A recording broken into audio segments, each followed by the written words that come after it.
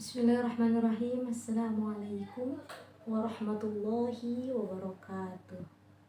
Bismillahirrahmanirrahim. Wassalatu wassalamu ala rasulillah wa ala alihi wa sahbihi wa wala. La hawla wa la quwwata illa billah ma ba'd.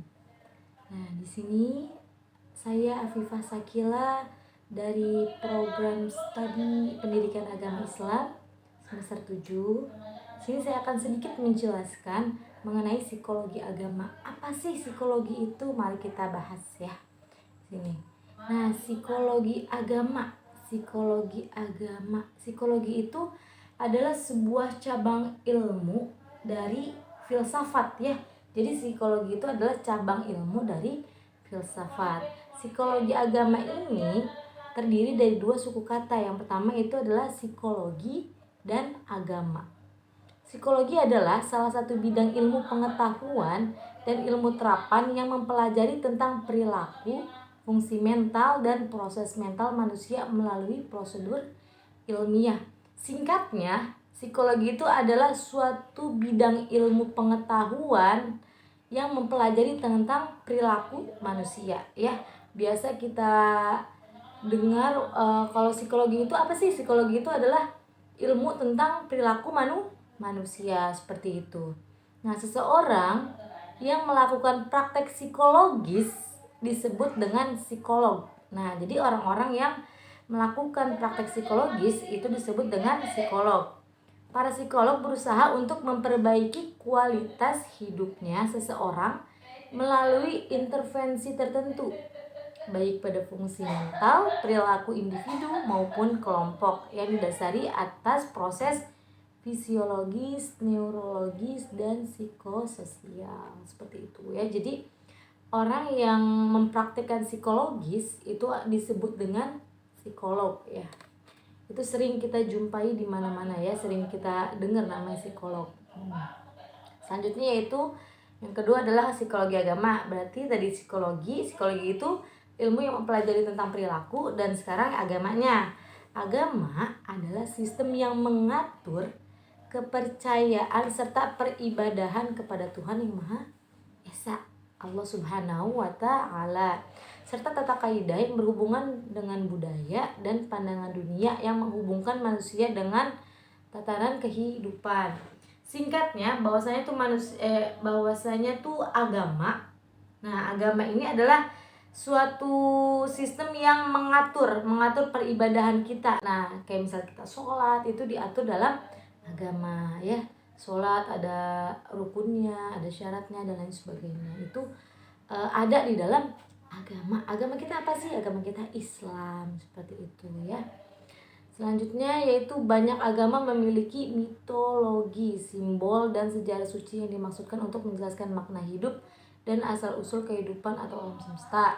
Dari keyakinan mereka tentang kosmos dan sifat manusia, orang-orang memperoleh moralitas. Nah, moralitas, etika, hukum agama, atau gaya hidup yang disukai. Menurut beberapa perkiraan, ada sekitar 4.200 agama di dunia. Nah, jadi agama itu bukan hanya satu ya, tapi banyak. Seperti itu. Praktek agama juga dapat mencakup ritual seperti khutbah, peringatan, atau pemujaan dewa-dewi. Nah, seperti itu ya. Ada tuh ya di agama apa tuh ada namanya pemujaan dewa dan dewi. Terus ada yang namanya festival, pesta, inisiasi, upacara adat, dan lain sebagainya. Itu ada ya. Seperti cara penguburan, itu masing-masing agama berbeda-beda. Ada kan agama Islam itu dikuburinnya, dia sebelum dikuburin dia disolatkan terlebih dahulu, terus dimandiin, dibacain tahlil dan lain sebagainya. Nah, agama lain itu ada adat istiadat lainnya ya. Jadi enggak semua agama itu sama, ada juga yang berbeda-beda seperti itu. Itu adalah tentang agama. Jadi agama itu adalah sesuatu yang mengatur sistem peribadahan kita, tatanan keagamaan kita, seperti itu. Nah, di sini ada menurut para ahli ya, di sini psikologi agama itu ada menurut Robert H. Toules. Psikologi agama adalah cabang dari psikologi yang bertujuan untuk mengembangkan pemahaman terhadap perilaku keagamaan dengan mengaplikasikan prinsip-prinsip psikologi yang dipungut dari kajian terhadap perilaku bukan keagamaan. Itu menurut Robert ya. Selanjutnya adalah menurut Zakia Darojat. Nah, ini Zakia Darojat itu berpendapat bahwasanya psikologi agama ini meneliti dan menelaah kehidupan seseorang dan mempelajari beberapa besar pengaruh keyakinan agama itu dalam sikap dan tingkah laku serta keadaan hidup pada umumnya.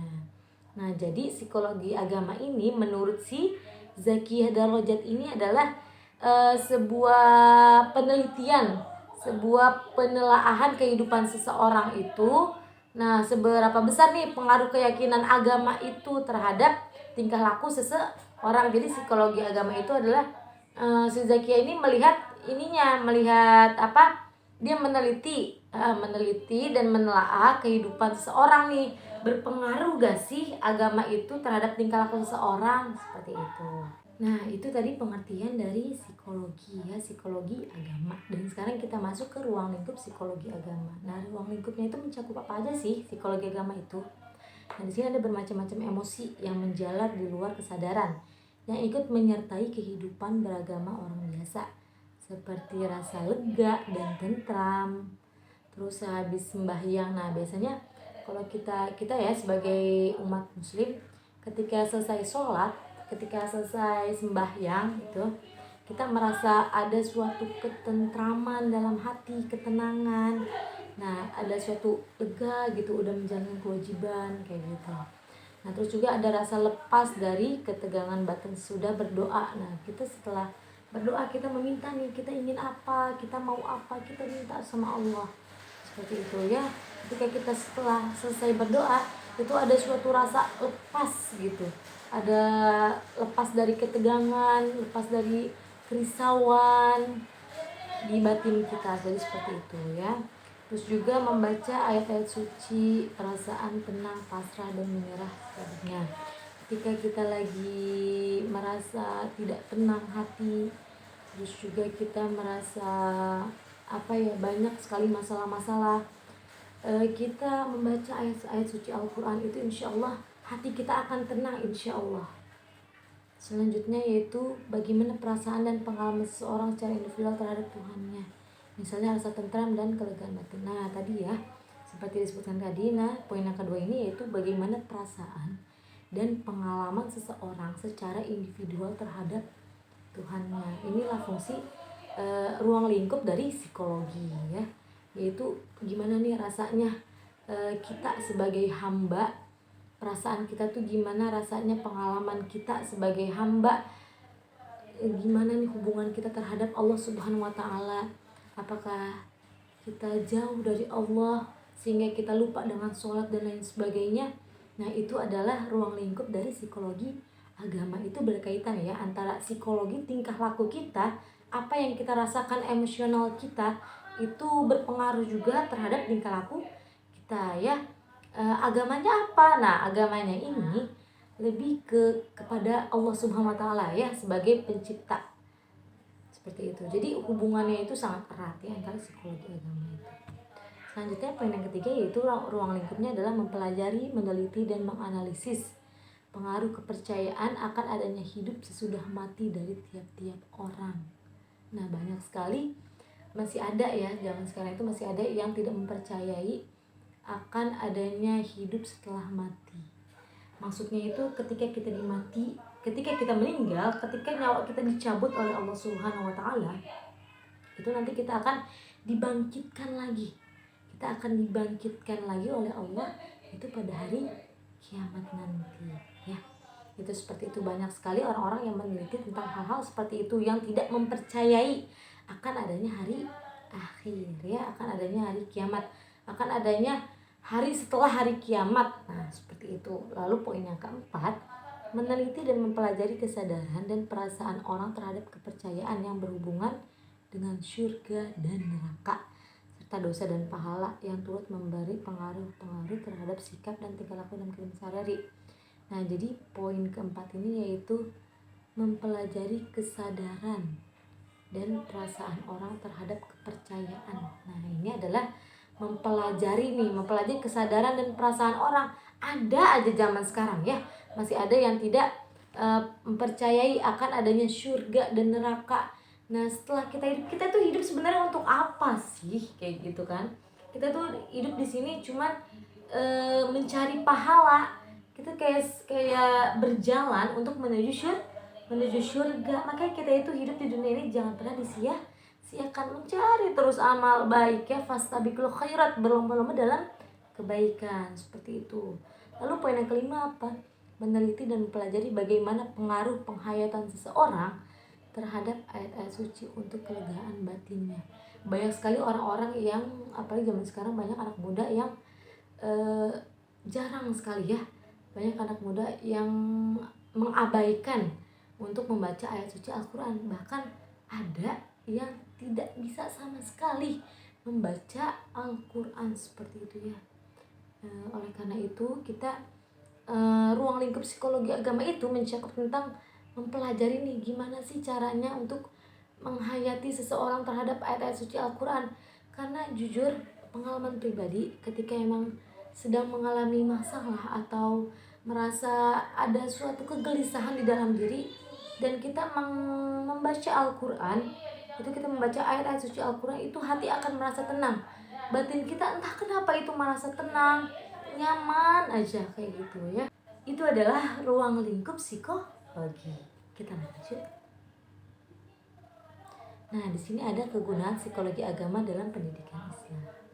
Nah, pendidikan Islam di sini diartikan sebagai upaya sadar yang dilakukan oleh mereka yang memiliki tanggung jawab terhadap pembinaan, bimbingan, pengembangan serta pengarahan potensi yang dimiliki anak agar mereka dapat berfungsi dan berperan sebagaimana hakikat kejadiannya. Nah, jadi gunanya apa nih psikologi agama dalam pendidikan Islam?